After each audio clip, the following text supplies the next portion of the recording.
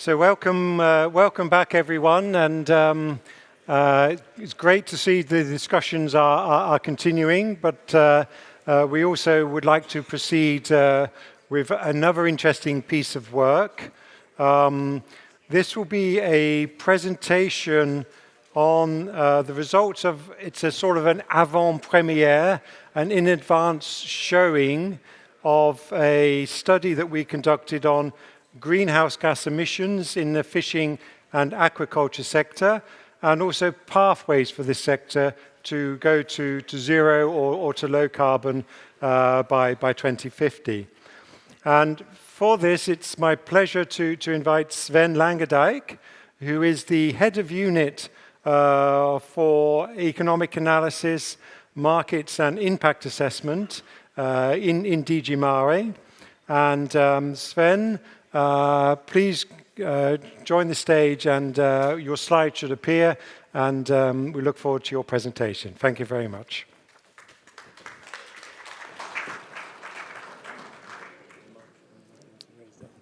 A little bit, yeah.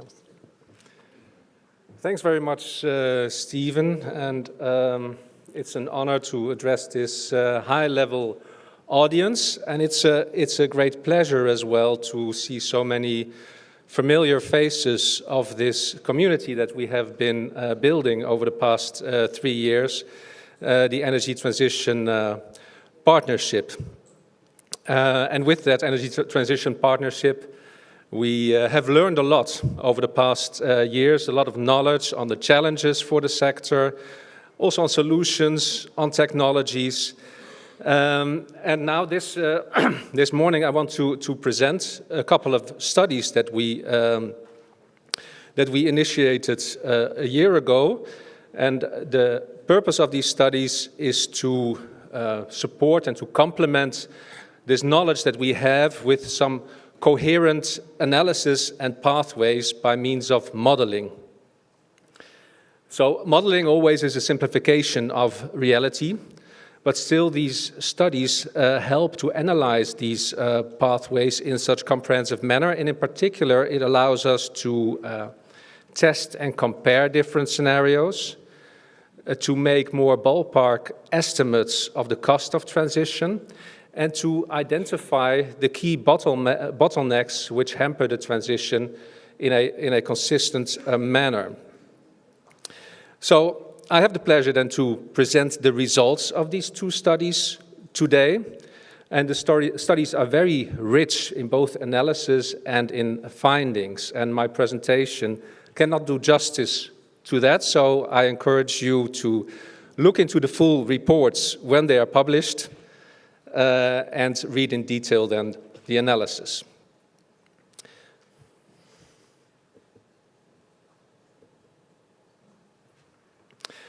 So as said, the discussion today follow what the Commissioner called a journey that started 3 years ago, and we've heard Shalina and the Commissioner talk in detail about this journey where the Energy Transition Partnership plays a very important role. So in addition to the Energy Transition Partnership, we already had this study, these two studies and a previous study, and also the CFP evaluation will feed into the energy transition roadmap that we hope to present after summer.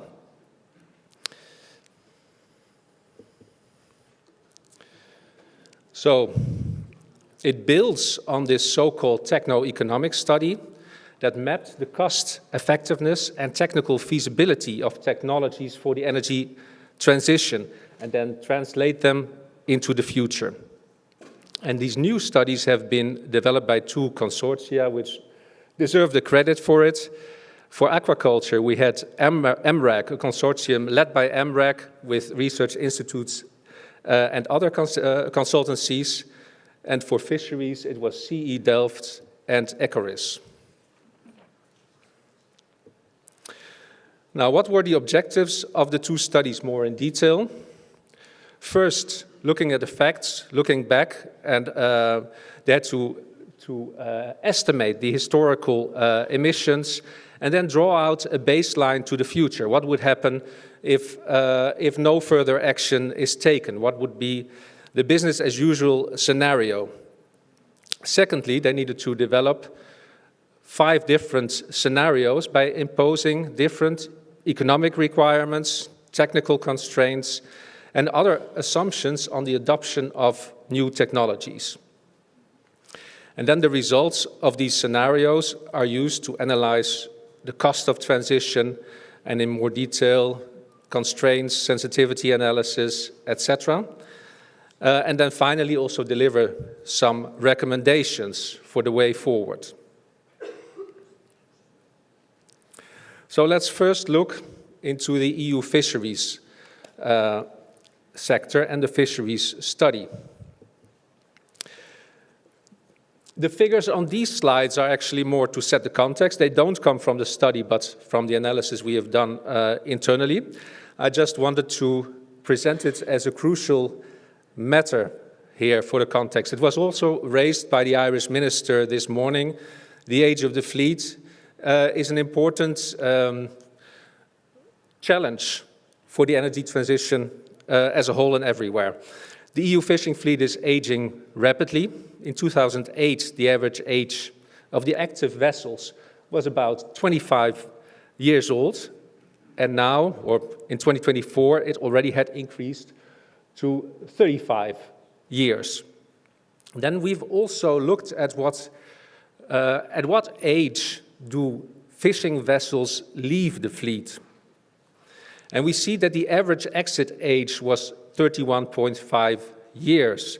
And 80% of vessels have left the fleet at the age of 41.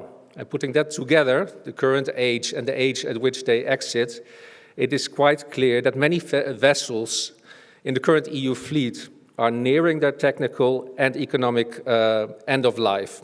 And this is crucial for the energy transition, as many new technologies are technically and economically feasible only on newer and modern vessels.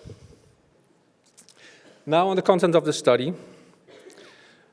So, as said, the first objective was to look at the historic trends in greenhouse gas emission as of 2005. And as you can see on the left-hand graph, the historic emissions of the fisheries sector have shown a declining trend from around 7.7 million tons of CO2 equivalents to around 4.6 million tons in 2022.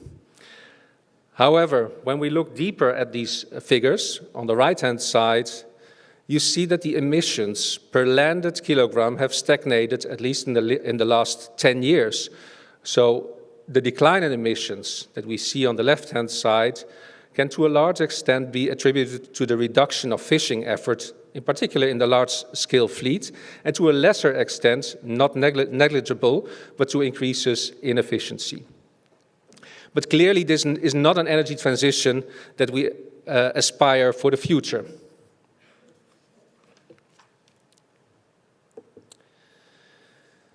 Here we see, when we look at the greenhouse gas emissions by fishing technique and fleet, we see that there are large differences in the size of the emissions of different fleet segments. And the demersal trawlers and seiners have substantially higher total greenhouse gas emissions than other fishing gears, but this should also be seen in proportion to their landings as well.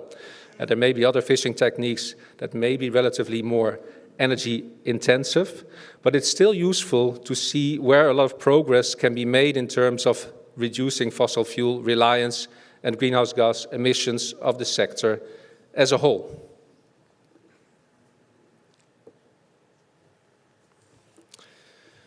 Now, let us look at the scenarios that the study analyzes.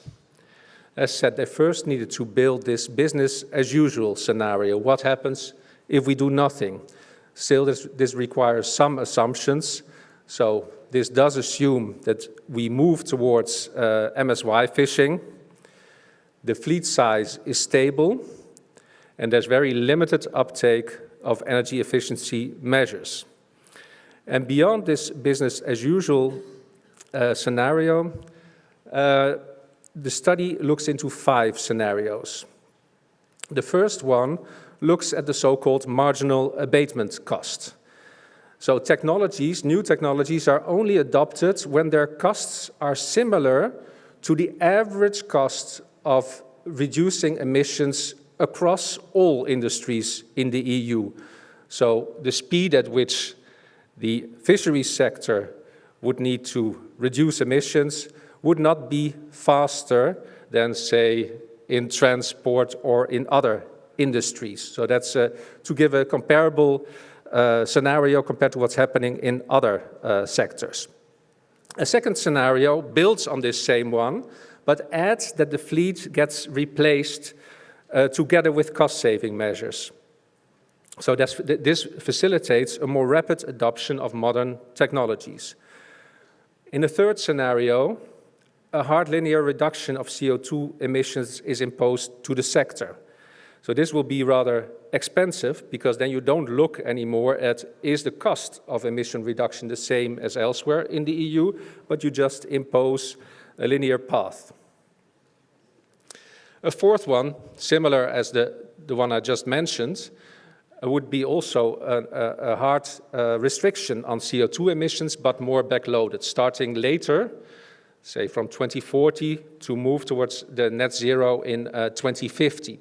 So that would be a bit cheaper as the technologies will be more developed. And fifth, there's a scenario, an optimistic scenario, that looks at a faster uptake of the new innovations, of the new technologies. Think of wind-assisted vessels, batteries, hydrogen, and ammonia. Now, in this slide, you see the results of these scenarios. And we see that in the business as usual scenario, total emissions would reduce by around 4%. Remember, this assumes that the fleet stays constant in size and that we move towards MSY. In scenario 1, so that's the one where we look at the EU-wide marginal abatement cost, so the EU-wide cost of emission reduction as a threshold, that would lead to an overall reduction in emissions of 59%. And if we add on top of that this accelerated fleet renewal, and the pace of fleet renewal would then be an acceleration by having new-built vessels enter the fleet 5% per year renewal rate. That would be about 10 times the current rate of renewal. If that is assumed, then the total emission reduction comes to 82%, but at a higher cost. So you see here by 2050, total cost would be 12.3 billion of that scenario. And these total costs combine the net present value of the capital investment, but also of changes to the operational costs in the future. And as scenarios 1 and 2 did not manage to move fully to a net zero, the scenario 3 that imposes a linear decreasing carbon cap does achieve that, but at substantially higher cost. And then you see if we slow down, if we backload that reduction to net zero to accelerate beyond 2040, it comes at a slightly lower cost. And the innovation scenario is also achieves the full reduction, but at quite high cost as well. Now, on the basis of this scenario analysis, the study also provides recommendations. First and foremost, the study affirms that the objective of the CFP, including in particular restoring stocks at MSY, is a key driver for the energy transition. And it works in two ways. First of all, it increases the efficiency of fisheries. Higher stock makes it more easy to catch fish. And it also provides the economic basis of prosperity and profitability, which is necessary to allow the investments in the energy transition in the longer run. Secondly, it's also very important that we ensure the availability and relative attractiveness of alternative fuels compared to conventional fossil fuels. So the gap in price between fossil fuels and alternatives is also an important driver. And third, the renewal of the fleet is a key enabler of the energy transition. And then we've also heard before in the previous panel, it's very important that fisheries builds on the lessons and developments in other sectors. It's a small sector, cannot lead in technologies, so we should look at adjacent sectors, including shipping, and shipbuilders play a very important role in this. So these results that I presented here are only a glimpse of the results of this whole study on fisheries, so I encourage you to read the study. And then I move on to the aquaculture. So the second study that we commissioned is on aquaculture, and we decided to go for a separate study here because the drivers of the energy transition and energy cost are very different in the aquaculture sector. The aquaculture, sorry, I need to go back.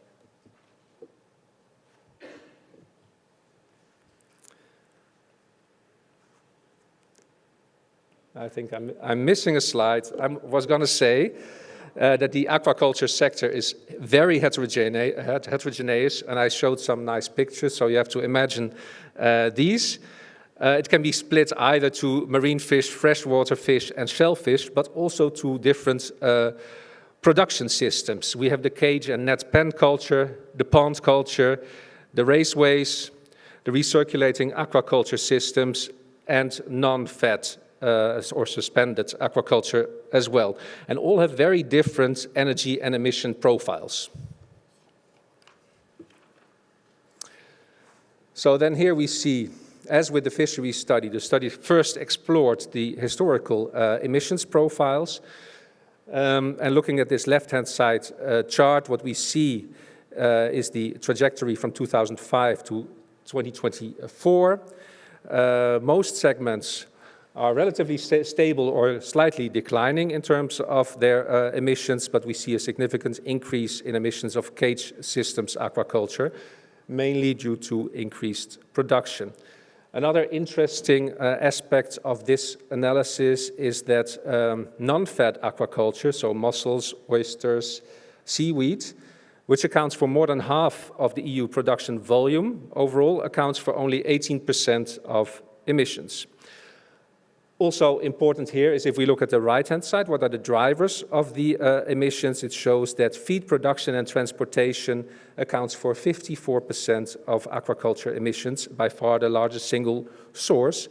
And grow-out operations, in particular electricity, contributes 28%. And that includes pumping, aeration, heating, etc. Boat or vessel fuel for servicing cage and non-fed systems represents just 2% here.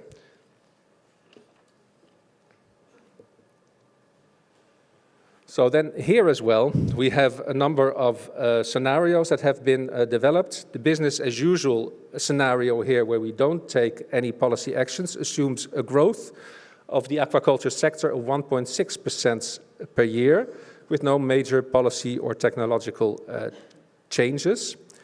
Then we have a scenario that focuses on the alignment with the EU climate targets, in particular the effort sharing regulation, and applies mitigation tools and some offsetting measures.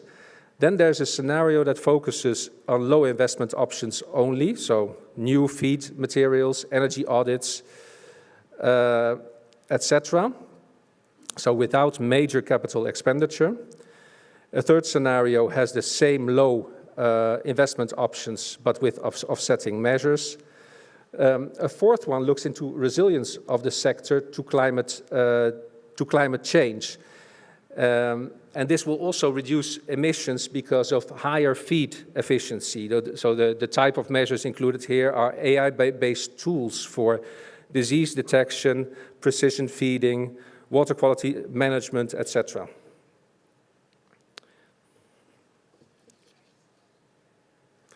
Okay, I will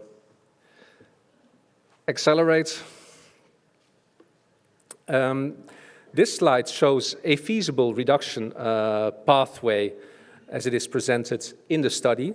There are several of these types of graphs in there that give interesting information on how and when the different tools contribute to emission reduction over time. So you see here renewable energy is in dark blue on the bottom, then emerging feed materials and breeding programs come in orange, AI-based tools in green, etc. And it gives an idea of how in time the different measures are technologically ready. This particular scenario has been developed based on the technological readiness and has been consulted with stakeholders. So this comes in the conclusions of the study. Now then I will try to wrap up here. In terms of recommendations, there are actually a number of recommendations, including focus on the energy efficiency and digitalization, the support to decarbonization of feed and raw materials, as we saw in particular the more than 50% contribution of the feed to the total emissions. In addition, there's the transport and operations where we probably need to move more to electrification, etc. Breeding programs can help if you have more resilient breeding programs that will lead to more efficiency in the use of feed and other things. Support for the integrated multi-trophic aquaculture, which also helps to be more efficient and environmentally friendly. They also point to stimulating market development and consumer awareness. And on the policy side as well, it's important to ensure streamlined licensing and regulatory certainty to allow longer-term investments and etc. Now, these are all recommendations of the study, so Commission will need to consider them together with what comes from the ETP support group recommendations that we'll see in the next session, and also the outcomes of the CFP evaluation, and this will all inform the roadmap. So this was, in a nutshell, an overview of the two studies. And as said, it does not do justice to the very rich analysis, so I recommend you to look into it in detail. Thank you very much.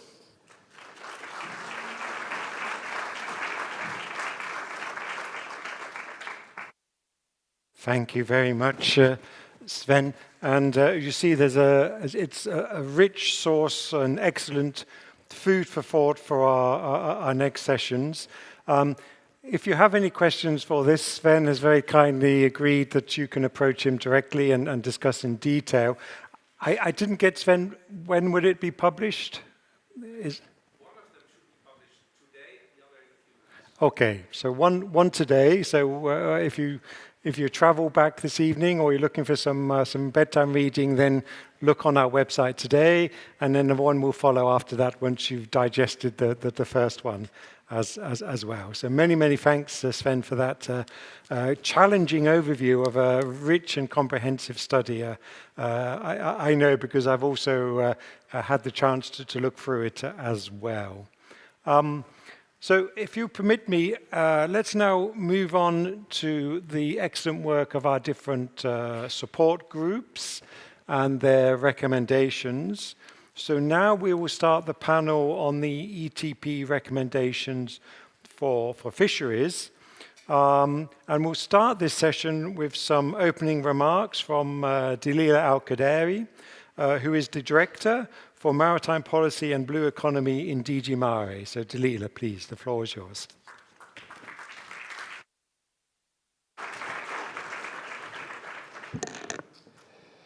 Good morning, dear esteemed colleagues and friends. And now it's my turn also to welcome you and to open the first panel we have on our session on the joint considerations and work group recommendations of the Energy Transition Partnership Support Group.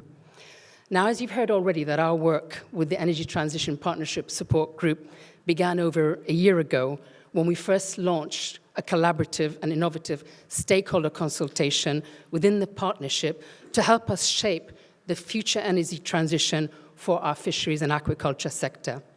And this group, since the beginning, has been committed to accelerate the energy transition in the sector and has been playing a really key guiding role to the stakeholders. And the group has put notable effort into gathering insights and expertise to inform us, the Commission, in our work towards the energy transition roadmap.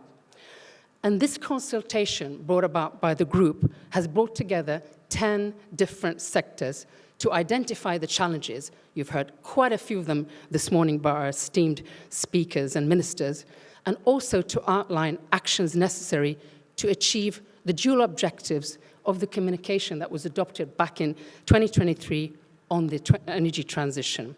First, net zero emissions by 2050, and second, enhancing the economic resilience, the viability of our sector through transitioning from fossil fuels and improving energy efficiency.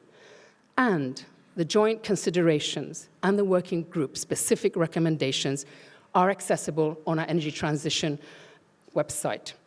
And if you haven't had a chance to look at them, they're very rich. I really strongly recommend another reading for you on your way back on your flight also to look at them. Now, as we all know, the fisheries sector faces a variety of challenges, reflecting the structure of the EU fleet and the diversity of the fishing activities, and also the rich business types, ranging from the small and medium-sized enterprises, often family-owned, to industrial companies. And our two ministers, Marie and Timothy, really summarized those challenges excellently in their two opening interventions. Now, recognizing this diversity, we have established within the partnership 3 fisheries-specific working groups. They are the small-scale coastal fisheries, the long-scale fisheries, and of course, the distant water fleet. And you're going to hear all about them shortly in the panel discussion. Now, this diversity shows, and that was actually also corroborated by both ministers this morning, that we cannot have a one-size-fits-all approach to decarbonization. This is not appropriate, and we need to think about tailored pathways and strategies that need to be developed to support each sector's transition, taking into account their unique characteristics, the financial capacities, of course, but very importantly, the important essential roles they play in our coastal communities, but also at our sea basin levels. And in particular, small-scale fisheries especially do require special attention due to their crucial role in supporting local livelihoods, very importantly contributing to food security, but also very importantly to our cultural heritage, alongside their often limited financial capacities. And the energy transition is a key component of the broader move towards a sustainable future for fisheries and aquaculture, and will be integrated, as you heard from Charlene this morning, in the upcoming Vision 2040 for EU fisheries and aquaculture. And as highlighted just a short while ago by my colleague Sven Langerdijk, the 2 studies on the greenhouse gas emissions show some very important common challenges that we need to reflect upon. We heard that also all this morning, an aging fleet and the need for fleet renewal. The need for generational renewal, so important to attract new and younger fishers into our sector. The needs for specific and adapted skills and training to support the energy transition. And this is, as we heard, along the whole value chain. And also, importantly, the limited availability of alternative fuels and infrastructure. We're moving in a very changing, fast-changing terrain here, and where the demand at the moment is mostly driven by other sectors, by other larger players, like, for example, the waterborne sector, which highlights the important need that we need to foster the synergies with those sectors, like also shipping, so that we can facilitate the energy transition for our own sector. And needless to say, we heard that, and we know it, the energy transition needs financing. But it can't rely on public financing alone. The success in the energy transition will depend on a thriving, competitive, and viable sector that goes way into the 2050, with economically and environmentally sustainable businesses that drive innovation and, very importantly, attract private investment. And public financing can play an important targeted role here by supporting innovation and research. And we've heard the challenges that we have with regard to both. So this is very important in that context, providing guarantees and by leveraging private investment rather than by substituting public funding. And critical to the energy transition is establishing the right infrastructure.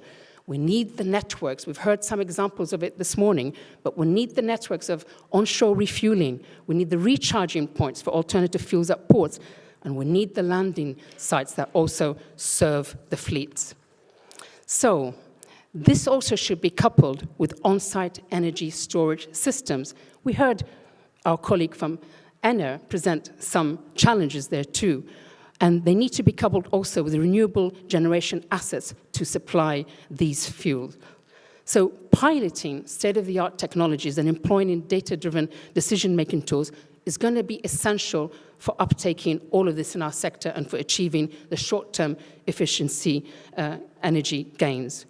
But we also need to ensure that the latest clean fuel and low-carbon source engines used in the waterborne sector are adapted also towards the operating patterns of our own sector in fishing vessels, so that can be decisive for our long-term adoption for clean fuels in our sector.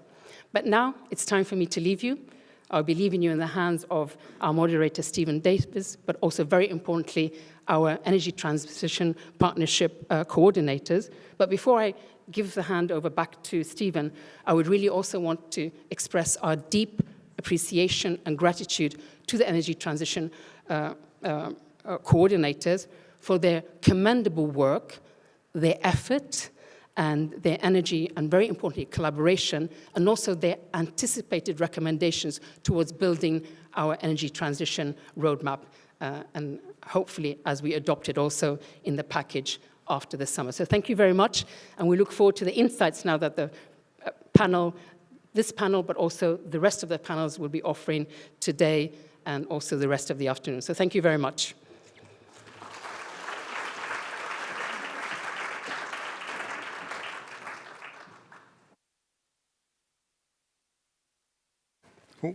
Thank you very, very much, Dalila. And again, I would also echo the many thanks of the great work that has been done by the support groups. And let's find out what they come up with and what their recommendations are. So what I'd like to do now is to invite our distinguished panelists. So I would first of all invite Marta Cavalle, who is the support group coordinator for small-scale coastal fisheries, as well as the executive secretary of the Low Impact Fishers of Europe, LIFE. So Marta, please welcome.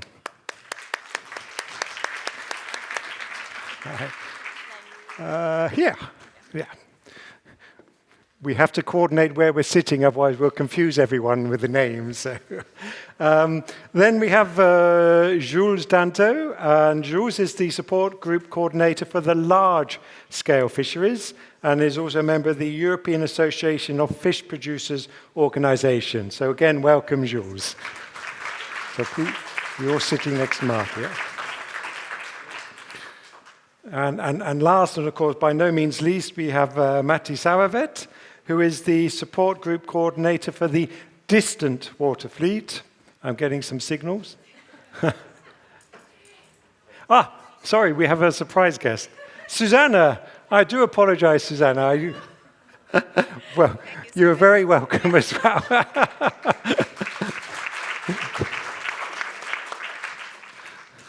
See, I'm not told everything on this, but that's great that you can join us, Susanna, along with Marta and Jules. So what I would aim to do now is like before, I'm going to pose different questions to you. Yeah, if you want to get comfortable, then feel free to move the chair. They are movable. So I'm going to ask a general question to you all and ask you to respond. and then maybe have some specific questions to you as well. And again, hopefully we're going to have some time that questions that are posed by the audience I can also put to our panelists here as well. So does that sound like a plan? Yeah, perfect. So let's talk a little bit from the policy perspective, first of all. And maybe I can start with you, Marta. So for you, how can the roadmap remain fair to all fleet segments, given their differing realities, the different fishing methods, sea basins, gears, fishing patterns, etc., etc.? So how would you see that the roadmap remains fair? So you hear me well? Okay. So I first start saying thank you for the question, because the fairness aspect is very close to our work. So I think it's very nice to be asked about that. But precisely, and I think we heard this morning quite a lot, I think it's especially important that the energy transition is not adopted in a one-size-fits-all approach. I think that's now came into very strongly here, so I appreciate that as well. And instead adopts an approach that is differentiated, has a differentiated approach by the fleet segment, but not only the fleet segment, but also like it's regional specific. That it's through the proper participatory approaches and co-design processes, the technology really fits the real needs. So that's one aspect of it. The next is that given the difficult situation of small-scale fishing is going through and the lack of possible investment issue, and differently from the large-scale or distant water fleet, without proper public funding support, this sector won't be able to transition and could be left behind. So we want to prevent that. So prioritizing public funding for this sector that is ring-fenced, that is meaningful, and that is tailored to their needs is also an essential element to achieve a fair playing field. And finally, well, we need to ensure that small-scale fishers has a future, that has a role, that it's recognized, and they recognize their potential. And currently, there are huge uncertainties and lack concrete of future prospects in that sector. So we need to revert that. We need to achieve that there's recovery of stocks, that there's access to fishery resources and markets, that there is no further increased displacement from other blue economy sectors. So issuing specific policies, like issuing a plan of action for small-scale fisheries in support of small-scale fisheries is needed to provide the necessary certainty, not just for a brighter future of the sector that will act as an enabler for the energy transition, but also for its generational renewal. Thank you very, very much, Marta. That's great to get that perspective on small-scale coastal fisheries. Maybe I can turn now to you, Jules. So let's look at the large-scale sector perspective. So how can you see that the roadmap remains fair in the large-scale fleet? Yes, so maybe first of all, I would like to step back and adopt a broader perspective. And I will say that it's important also to compare with other maritime sectors when we talk about the energy transition for fisheries. And also, when we give a look to the other food production systems, we need to have a fair approach already at this stage, and to recognize that fisheries are already producing low-carbon blue foods. But then, considering the roadmap itself, I think it can remain fair by really taking into account the current state of play of the sector, according to the different fleets and regional characteristics. And I think that we need to give the opportunity to all fleet segments to engage in the energy transition and to have access to those new technologies and the required funding and financing.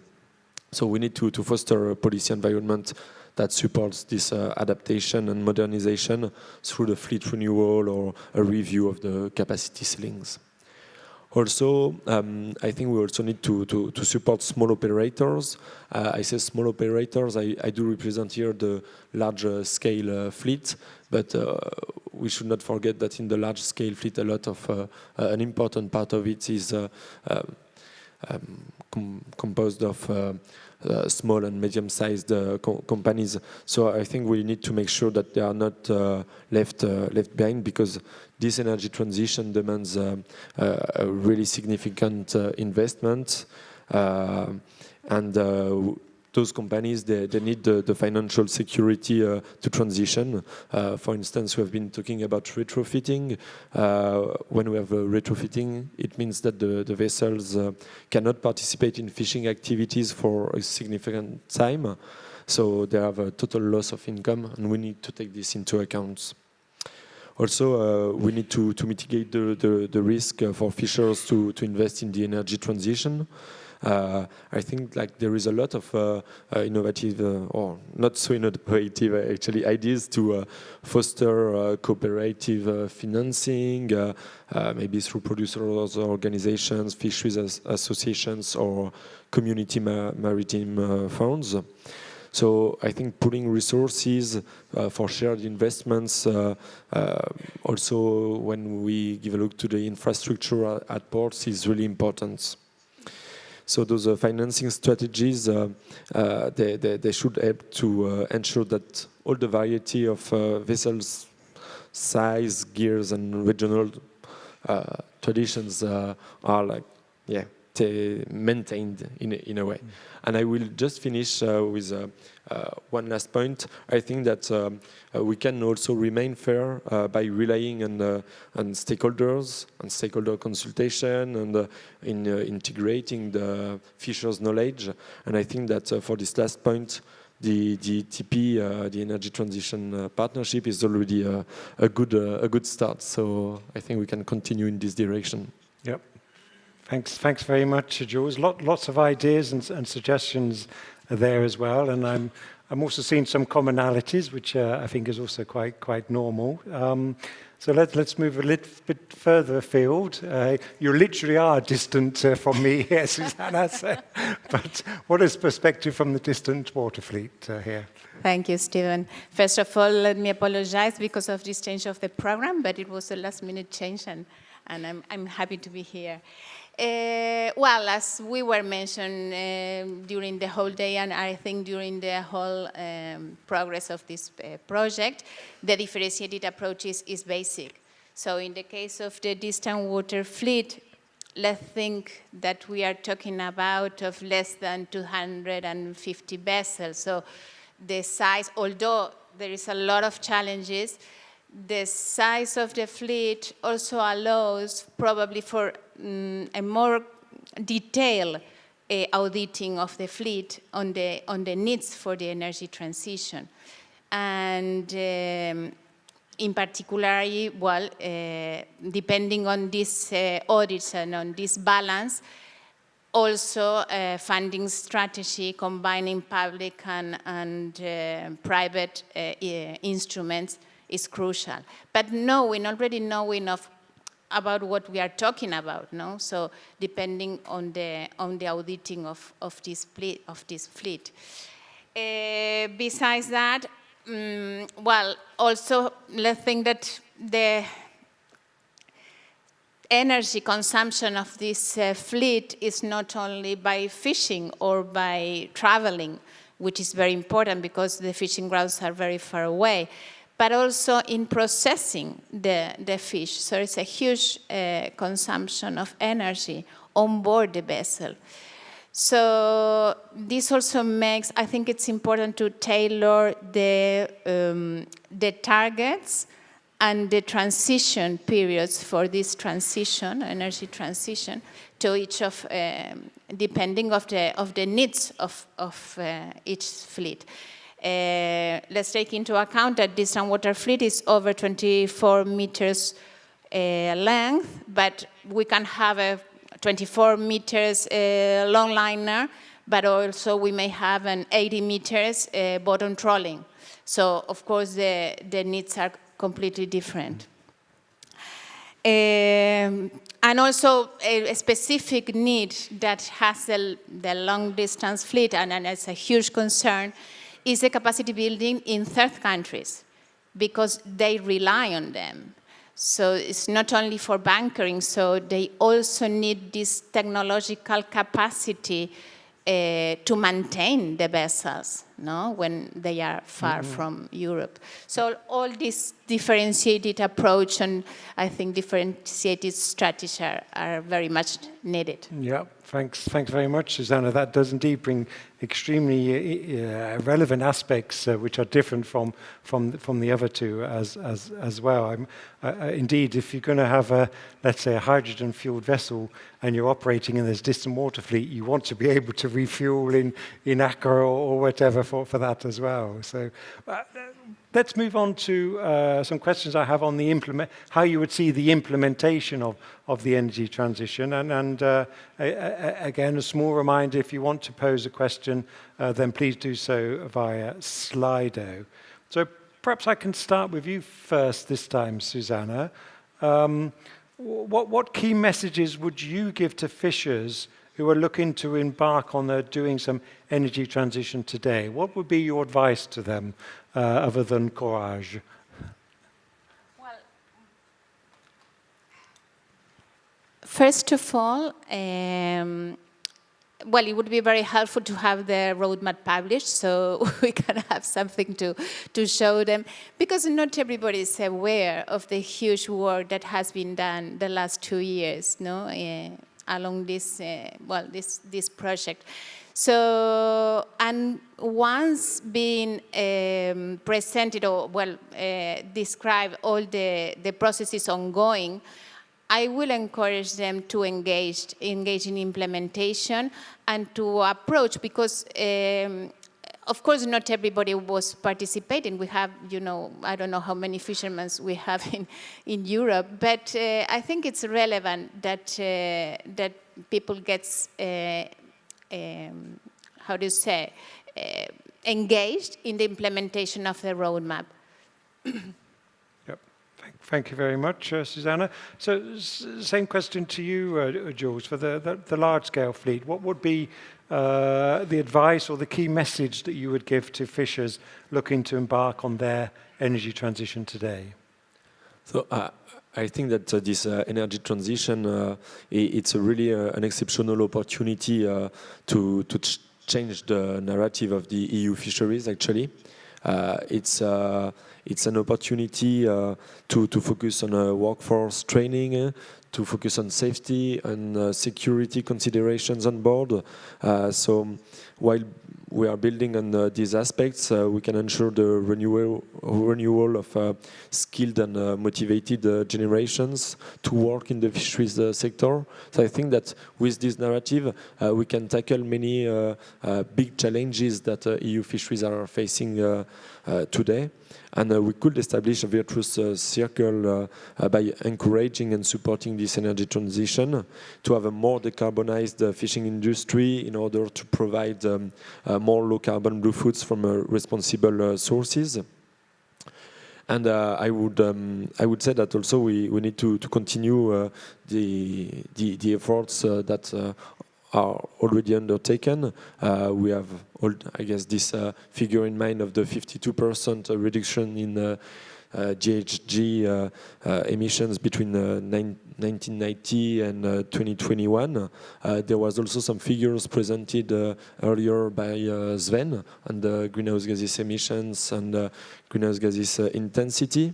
And even like on this last one, even though like the curve is stagnating over the 10 past years, I think that in less than 20 years we were able to decrease from more than 25% this greenhouse gases intensity. And I think that this narrative is really important for fishers so that they can be motivated, they can embark in the energy transition and be a bit more optimistic about their own profession.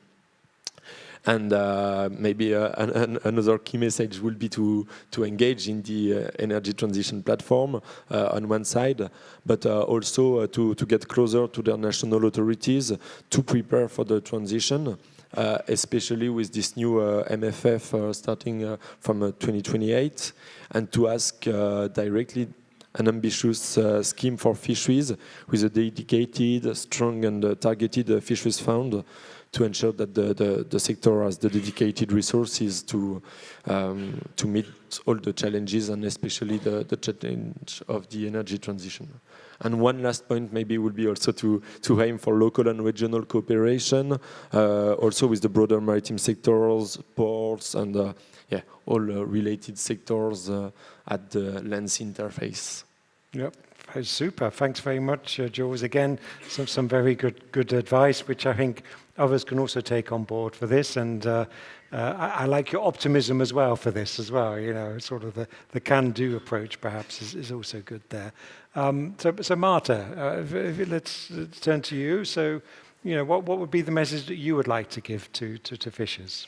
So I would join my colleagues saying that, yeah, they need to engage in that processes, because with that, we would be able to tackle the real needs of the small-scale fishers, that this potential roadmap that will come is really realistic, and it's treated in the small-scale fishers' needs in a fair way. So we need to keep engaging in those processes. And also, this is a message also for the European Commission as well, together, that I think, you know, small-scale fishers are already leading are the forefront of the energy transition, and we need to keep looking at them as a strategic sector in that respect. And promoting them. Many of them also are promoting existing solutions going forward, prototypes, demonstrations and they have encountered some difficulties, especially given the MFAF limitations. So if we solve those limitations, those barriers, and we put more emphasis on the future of the small-scale fisheries, we could keep leading on how the low-impact fisheries are performing in Europe, also in the carbon emission perspective, creating an opportunity to revitalize the sector and improving the working conditions. Yep, thanks. Super. Again, many thanks, Marta. I would like to pose one more question, and then perhaps we can see what is being posed by the audience and those online as well. So again, sort of following in the same line of the implementation of the energy transition, and perhaps I can start this time with you, Jules. What would you consider is essential for fishers to invest confidently in new technologies? So first, maybe I would like to recall that many fishers, they are already involved in research projects and technical innovations on their own initiative and also on their own financial risk. So in order to lower their fuel consumption through all those quick wins, and they want to optimize operating practices. In smaller number of cases, they consider already alternative energies, but then it's a way more significant investment also. But so they know that they have a direct interest in reducing costs, but I think they really need to know what are the relevant technologies and innovations to install on board, and what also will be the choice made in terms of alternative energies at the EU level. And also, yeah, the knowledge gaps on low emission technologies and the difficulty of integrating them on board, I think remain really challenging for them. So they also need trust in regulation and the support from authorities to co-develop basically the energy transition, and while also having like guaranteed access to resources and fishing grounds. For having like this really necessary stability to be able to plan ahead and engage in the energy transition. So I think also a crucial element in this transition is the availability of targeted funding instruments and access to affordable finance, because there is a real lack for the moment, and without opportunity to fund the change, we can't achieve the energy transition.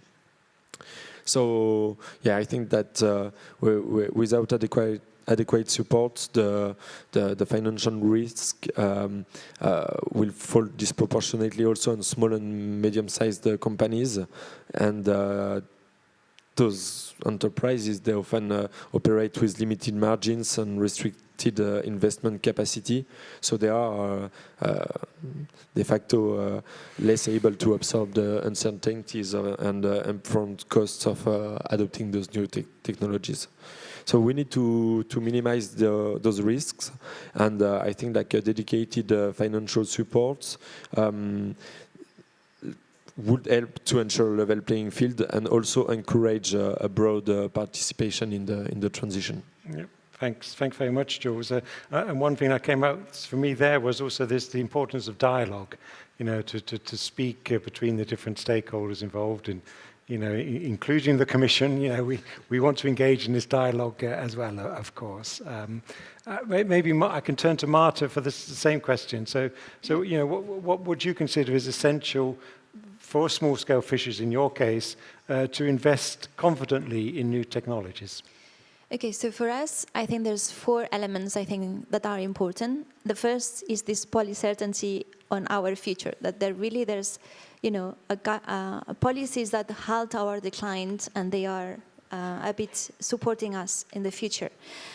Issuing a plan of action for small-scale fisheries in the Ocean Act, for example, could be a really good way and a signal for our members that there will be a future for them.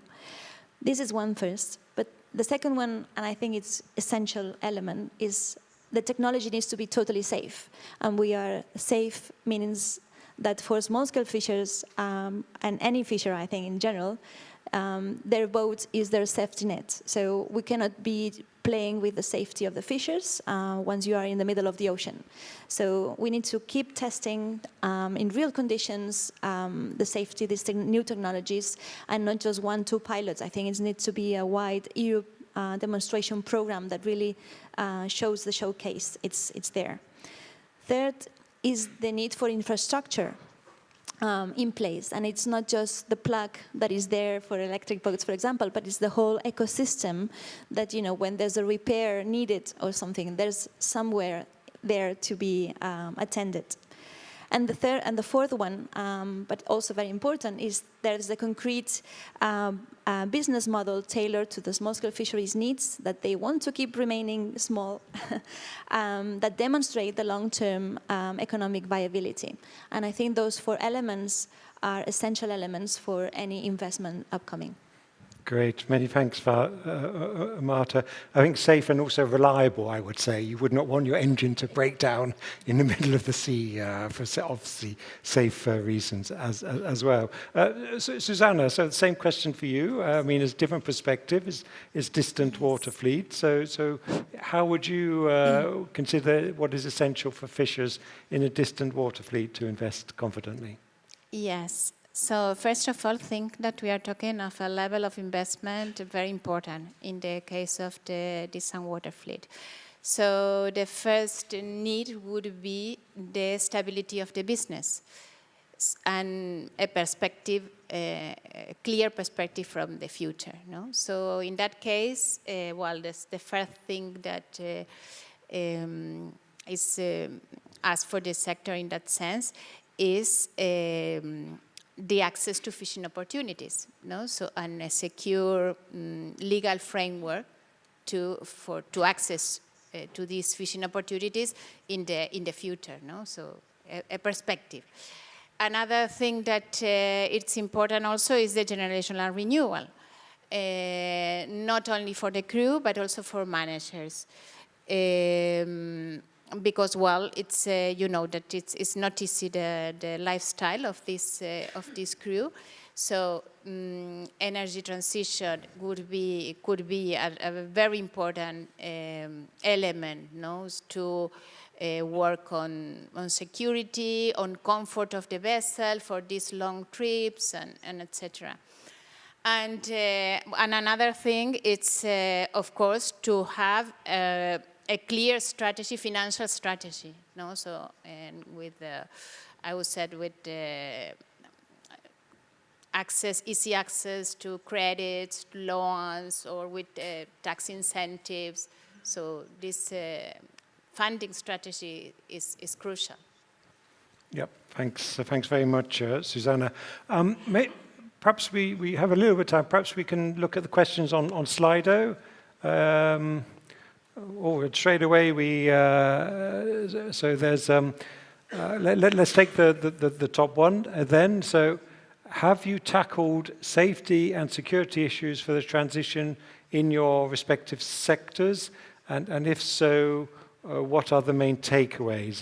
Who would like to go first on that? Marta, please. Yeah, that was one of the things that were kind of highly discussed. I think that was the first question from the fishers, what is the safety of that? And I think technologies will come there that way, but there's still risk of explosion, fire hazards, battery anxiety. I mean, this is an essential element on our side, although small-scale fishers are more close to the sea than maybe large distant water fleets. Still, battery anxiety is a huge plays a huge role there. Performance auxiliary backup power for emergency situations. I mean, the emergency situations are one of the key things, no? When a storm comes and so on, how this boat will react. I mean, this is totally reliant. They are totally reliant on that boat. So, yeah, especially are very important aspects. And that's why we say there needs to be tested in real conditions. Also in these emergency conditions, and how we could, solve this. Indeed, not wanting to say it, but in a sense, one would learn from if there are any serious issues. I mean, to help advance its safety and security even further on this as well. But of course, we hope that never happens for fishers at sea. Jules or Susanna, who would like to go next? Yeah. So as Marta was saying, I think it's a really important issue to take into account, and I think it's something we can address also through demonstrators, pilot projects, and so on. But this is where we were saying also that it's an opportunity for fisheries, because we have been talking a lot about the fishing capacity, and I think that if we were talking about this, of course it's not for overfishing, but I think that we will need to increase maybe the size of the vessels or the shape of the vessels, to change it, to have like alternative energies on board. And with this, it's also the perfect opportunity to improve the safety and the security on board. And I think that's one of the main points, actually. So I think here with one solving one issue would help to actually increase to improve the well-being on board drastically. Yep, thanks very much. Susanna. Yes, the issue was widely discussed, but the thing is that this is something that the fishermen cannot solve by themselves. I mean, they completely rely on innovation and any demonstration examples, etc. So what was highlighted is the importance of the regulation in that matters. But for that, probably we would need more information from the innovation, because I understand that, of course, it would be regulation in the European Union, allowing or not allowing different types of fuels and with the characteristics that it should be. So it's a two-step process, no? But trust on the regulations on that matter. Yeah, great. Thank you very much, Susanna. Time, unfortunately, is ticking. Just quick reaction to the question on the ports. Save that for later, because we will have a session where we have one of the support coordinator for ports, and so he will be able to explain in detail the conversations that we've had with ports and the engagement with ports on that. So I would like to sort of have a final question to you all, if I may. So now you've done all this great work in coming forward with recommendations. Again, let's look a bit future. So how do you see the role of the Energy Transition Partnership, the ETB, evolving after the publication of the roadmap, with a view perhaps to 2040 or to 2050? And maybe I can start with Marta again this time. Yeah, so I think there was a lot of work going on this year, and I think there's still going a lot of work that will come. Also in the implementation of the roadmap, I think. I think the ETP has a specific role there of keep advising, keep providing guidance, views. So, you know, the roadmap is rooted in the fairness, also realistic views. So we have our feet on the ground, or, well, feet on the water, let's say, on that sense. But also I think it could also probably mean that we need to evolve also our role into a more hands-on approach, like fostering a bit this dialogue. It moves into action, and so providing the necessary connections for, you know, potential trials, projects that tries to go more into the concrete solutions. I think, especially if we want to have this EU demonstration program there in place, I think that's where especially we would have a specific role, more in a hands-on position. Thanks very much. So feet firmly on deck, but looking to the horizon in a way, yes. Susanna, maybe I can turn to you for the same question. So how you see the role of the partnership evolving after the publication of the roadmap with perspective to 2050, yeah? Well, the perspective of the sector, I think, is to get a stable platform to support the implementation of the roadmap, to strengthen the collaboration and exchanges of good practices. That is crucial, not only from this fishing sector, so other experiences in the decarbonization in the shipping sector in general that could be interesting for the fisheries sector too. And also follow the implementation, disseminate every advance in relation to the roadmap, and make clear to fishermen or fishers about the new opportunities that are generating during the implementation of the roadmap. So I think this would be a very real-time process, because innovation or demonstration cases could be advancing, and situation can be changing every day, and opportunities can happen and can occur every day. So basically accompanying the sector in the implementation of the roadmap and supporting them. Yeah, thanks very much. And Jules, please. Same question, I guess. It is the same question, yeah. So. Yeah, well, I would say that first of all, it depends on what is inside the roadmap. So I think that with this roadmap, there is a real need for consistency, incentives, and legal changes. So we need a clear roadmap, and I think in this way that can also reinforce the role of the ETP as a real enabler of implementable and concrete actions.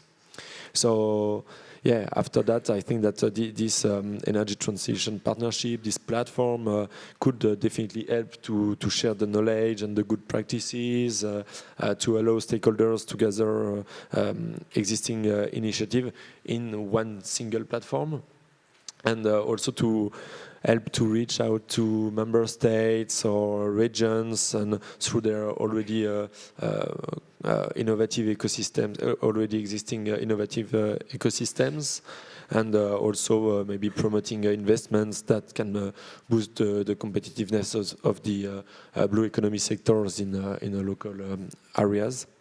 Also demonstrators that could be developed to provide the results to further engage in the energy transition and test the different technologies available in a more harmonized manner across the various sea basins and in accordance with all the different fishing fleets.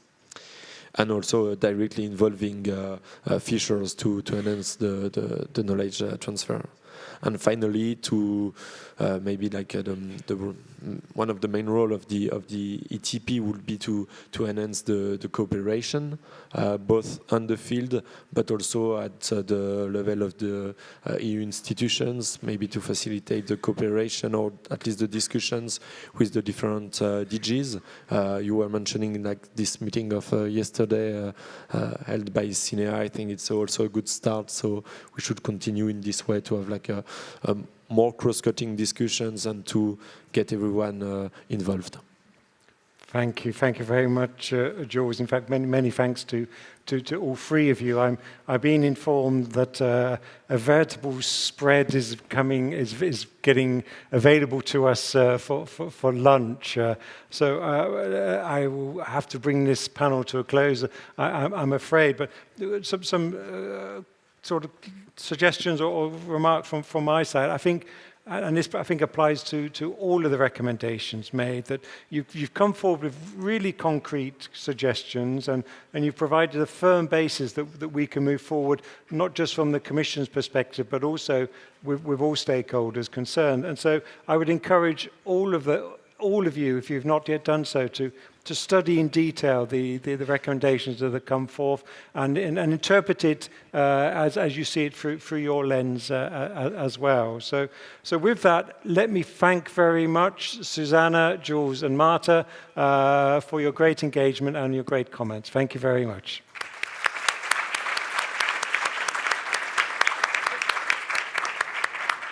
And we will come back here, or aim to come back here, at 13:45. It's good to have an aim. Whether we reach it or not, that's different. Thanks a lot, Jules.